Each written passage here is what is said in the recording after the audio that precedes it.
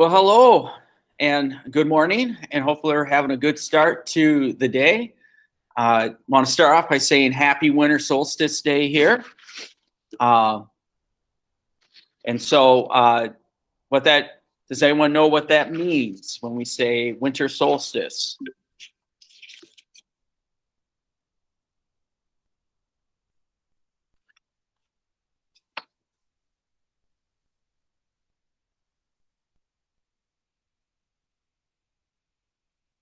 All right, so you probably don't think you're going to wake up today and get talk a little bit about some astronomy here. Winter solstice today kind of marks uh, the the day in which you have the shortest amount of daylight.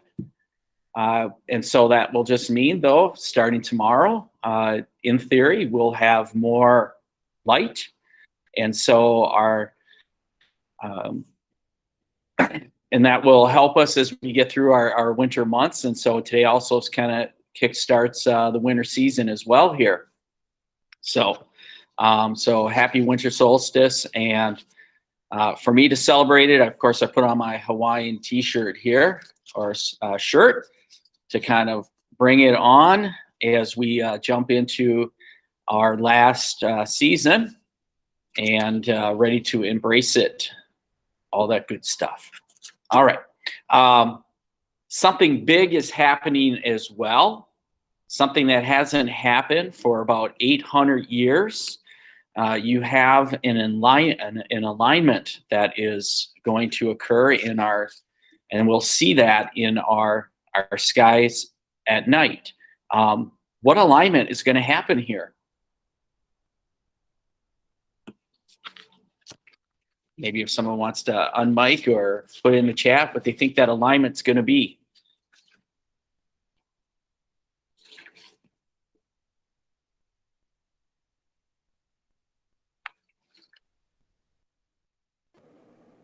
Isn't it Jupiter and Saturn? Yeah, absolutely. Well done. It is Jupiter and Saturn. They are going to align, or they're going to be the kind of really close to each other. So it looks like this really bright star at night. And so you can see that, I believe, starting tonight. You should be able to see that if it's not cloudy, of course.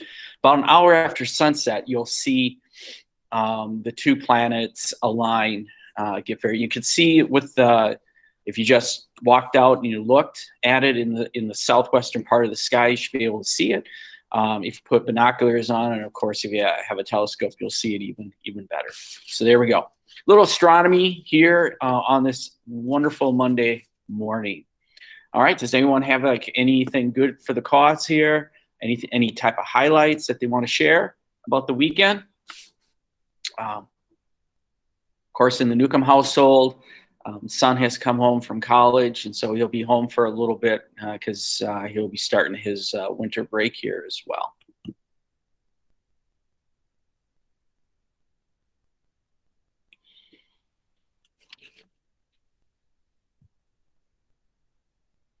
Okay. What we'll do is we'll just jump right in. As you can see the agenda on the screen here, I want to talk a little bit just briefly, about the Great Depression in Mexico, then jump into the assignment impact of the Great Depression.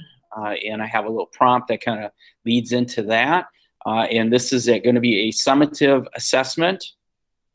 And I had opened it up this morning, so hopefully you might have seen it. If not, we will in a moment here take a look at it. And yeah, we'll go from there. All right.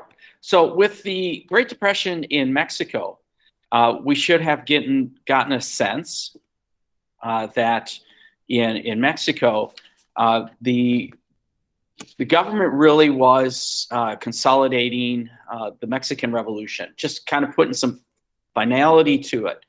And it's several decades past since the revolution had occurred, and the president is instituting some reforms that also are going to help Mexico kind of navigate through the Great Depression here. And so some of these reform measures that come through, whether that is in regards to like land reform or with nationalization of the oil fields, these measures might have had some initial success from about 1936 to about 1938. However, you know, they kind of were put together a little haphazardly, and there will be some backlash to some of those policies, especially with the nationalization part of it. And that's just going to, and that might contribute to some of the destabilizing aspects of it. But of course, you know, with the Second World War that will happen, it will definitely be a nice little stimulus there. But when you look at overall, you look at some of the spending cuts and the devaluating of the currency of Mexico, and inflation increased. If you take away the Second World War, you know, Mexico will have some struggles near the middle to the end part of the 1930s until that war begins, and then economic recovery is going to begin to occur. So we have Mexico and the Great Depression. So over the past several weeks, we have looked at the Great Depression in the United States, we looked at the Great Depression in Canada, and we looked at the Great Depression in Mexico. And, you know, we can arrive at which government had a more efficient or effective programs to deal with the Great Depression. I think overall, when you look at any of these countries, the Great Depression is really causing some changes to occur. Government looking at their role in these types of events and seeing whether or not they are increasing their influence and one could say reach in American or in society in general. But then it's also looking at people and determining what our role is in these types of difficult situations, what we might expect government to do or not do in these types of situations. All right. And so for today, I want to introduce the activity impact of the Great Depression. And we're really looking at the impact of the Great Depression here in the United States. And it's going to have you look at various groups and seeing how the Depression has impacted them and how they navigated through the Great Depression, what kind of programs might have helped them, and just looking at overall the impact it has. So to help with that, we have a video clip here, and it's called Ballad of Mr. Roosevelt, or looking at a poem actually by Langston Hughes titled Ballad of Roosevelt, or sometimes Waiting on Roosevelt, as it sometimes refers to. And Langston Hughes is going to give his views about how African Americans are impacted by Roosevelt's programs. And so when you hear this, and it's Danny Glover, an actor, Danny Glover, is going to read the poem to an audience. And so as you listen to it, you know, think about what kind of takeaways from the poem, Waiting on Roosevelt. Okay. So let me get that up.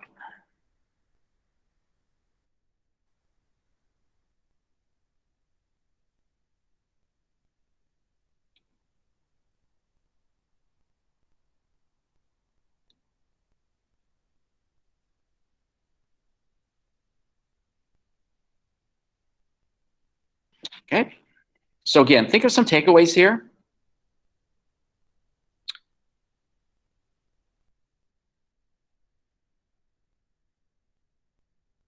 10 years after the end of World War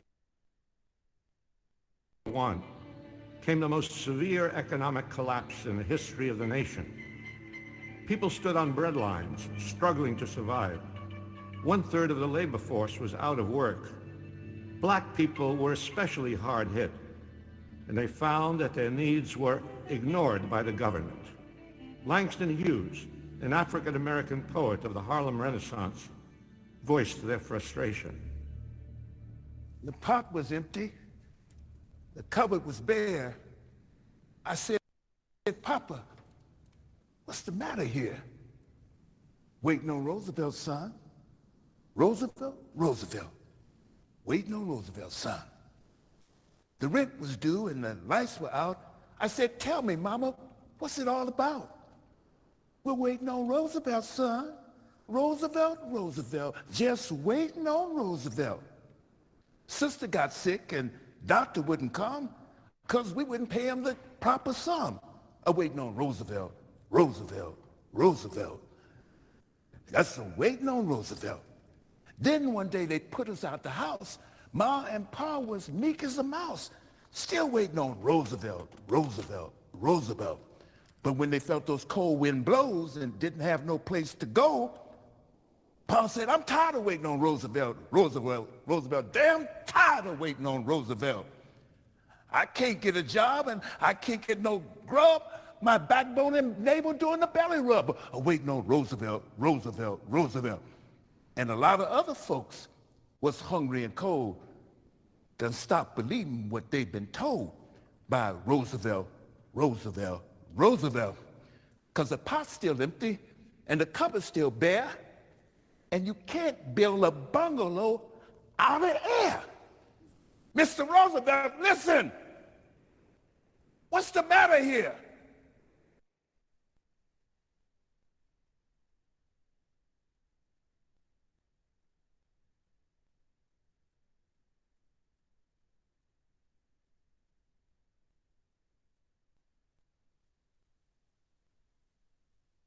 Okay, so do we have any takeaways here from the poem by Langston Hughes, Ballad of Roosevelt or Waiting on Roosevelt?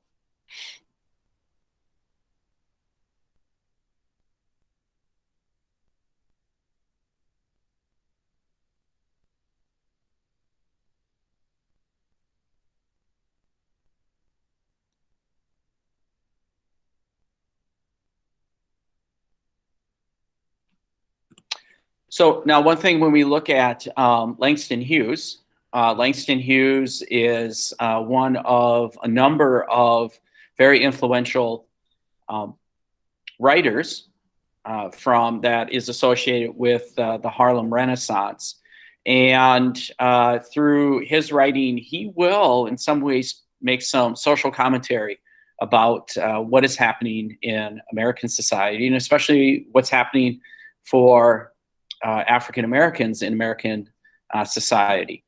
And looking at Langston Hughes in terms of his message, you know, if we look at the message, what is he saying about Roosevelt's programs towards African Americans?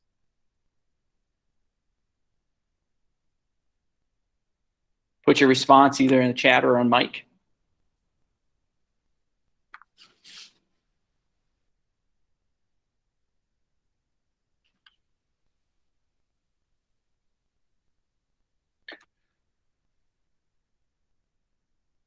All right, we're a little shy here today on Monday. All right, but when we look at what is his message, his takeaway, waiting on Roosevelt is just highlighting that they're waiting for Roosevelt to extend programs or have these programs go a little bit farther and reach them. So when we talk about, like, you know, last week when we looked at critics, or a couple weeks ago, we looked at critics of the New Deal. Here's an example where perhaps maybe the New Deal doesn't go far enough.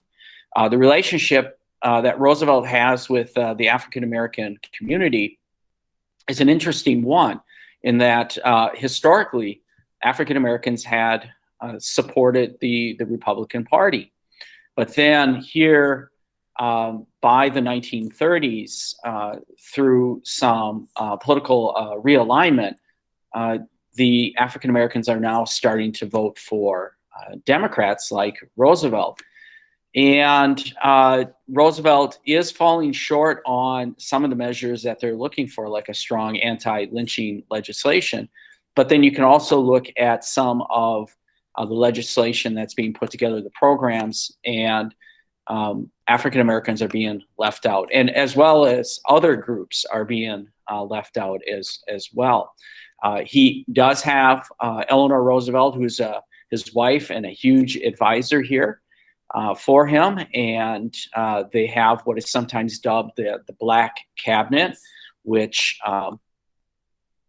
these are very influential African-American leaders, and at least they are funneling ideas to Eleanor Roosevelt as well as to Franklin D. Roosevelt. But Franklin D. Roosevelt, he's a politician, and he understands if he's going to get his New Deal legislation passed, he's going to have to somehow find a way to please the Southern Democrats, who are segregationists at this point. And that will be a contentious faction in the Democratic Party for a couple decades after this point here.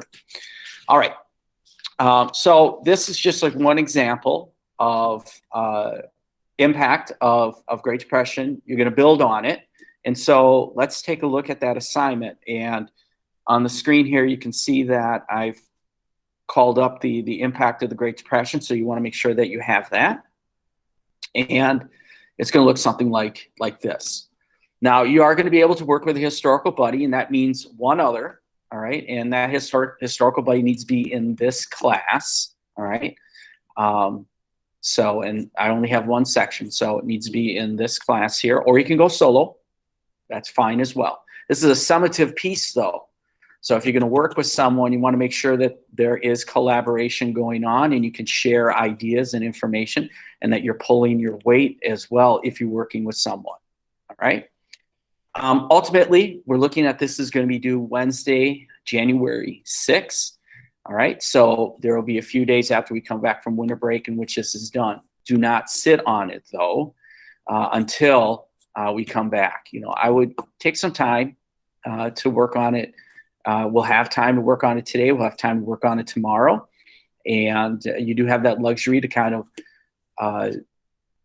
work on it over winter break as well, in between all your fun activities that you might be doing or working and such like that. So this activity is going to look at the impact of the Great Depression in the United States, and specifically looking at minority groups. And like I said, you can work with a historical buddy, or you can go solo. Your project, though, must include 3 of the groups listed below. All right, women must be one of them, though. So that means you pick 2 others besides women. So we've got women, African Americans, Latinx, Indigenous people, Asian Americans, and artists. Okay. And so your project must include 3 groups. Women must be one of the groups. And this is because on IB exams, women are almost always listed in the question about impact. And sometimes you might have to compare and contrast that. So options for groups are listed below, as I said, as well as some of the resources that you should use. And again, you want to use those resources before you jump out onto the World Wide Web. Okay, so these are ones that are known to work, going to be very, very, very helpful here. So women is a must, and then you pick 2 others. Okay, so what do you need for this? You need, you can see in number 3 here, for required information for each group. What part of the nation would we find the largest population in this group? So again, some of these groups might be more regional, others might be nationwide, but some of them, again, might be more regional in focus. How is this group impacted by where they live? Okay, so brings us back to our human geography days here. Think about physical features, climate, jobs, all that stuff. Which New Deal programs were designed specifically to provide relief assistance for this group, for the group? So they might be included, or they might not be included at all. All right. What other assistance was available for this group? So if for some reason New Deal programs aren't helping, what else might be there? So that's something to consider. And one thing this group did to ensure their own survival. All right. So if for some reason they're not getting support, or if they are, they still might have a survival technique or component that they can rely on. So think about that one there. And who were considered voices and leaders of the group? You know, I mentioned like Langston Hughes. You got Cesar Chavez here as well. There are some very prominent individuals in these groups that can be helpful or can be the spokesperson for it and put pressure in getting some help and have some success, and maybe not, but they're still going to continue to work on it. All right. Also include a section or a slide segment that includes a summary to explain the following impacts for each of the groups you choose. Economic impact, you know, we're looking at loss of income, other things like that. Evictions, because in that poem it was talking about the threat of being put out. Political impact here, electing officials, grassroots, create change, laws pass. Many of these groups will rely on grassroots measures to have some immediate and perhaps down the road some long-term impact here. Social impact, change in family structure, psychological impact, drama within families and communities. I mean, this is a very traumatic event. It's going to have some impact here. So this is one where you choose your own project from the options below. Consider what grades you're shooting for here. Range of projects. So if we're looking for that top one, for the A range, you know, we're looking for some type of presentation. All right, Adobe Spark, Google Slides, iMovie, podcast, those types of things. And so you see that there's a range there in that A. So you want to make sure that you cover those three groups, and you want to make sure that you throw those summary pieces in there as well. The B range is we're looking for some type of organized notes on each of the group, and you can do that in Notability, Google Doc, Word document. If you put straight up notes, it's not going to be, probably is not going to be in the B range. But if there's some logic to your organization, there's some, you know, you've been exposed to a number of different types of graphic organizers and stuff like that. Organize your thoughts here. So if you just put it down on paper and it's just straight up notes, don't anticipate you're going to get into that B range here. Okay, this is a summative project. So everything up to now has been all about formative. Now it's summative. Now it's going to kick up a few notches here. It's worth 30 points. So this is important that you take care of it. We're not going to have a lot of summatives this trimester. So you're going to want to make sure that you get this done. Again, like I said, it is due Wednesday, January 6th. So it is important that you do this. And if you're working with someone, make sure everyone's names appear on it. Okay, so with that being said, is there any questions about this particular assignment?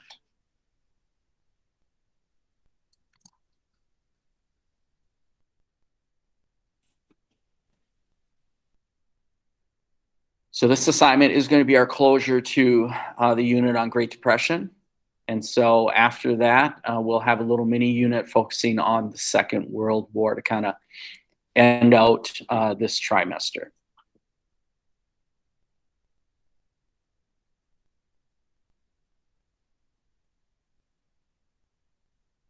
All right. Well, today it's been a little quiet on your end. And so perhaps maybe we just need to get some time to recharge. And so tomorrow will be our last day before we go on winter break. If you do have any questions about this assignment, please reach out, let me know. I will keep this Google Meet open if you don't have any questions. I hope you have a wonderful day on this winter solstice day and enjoy.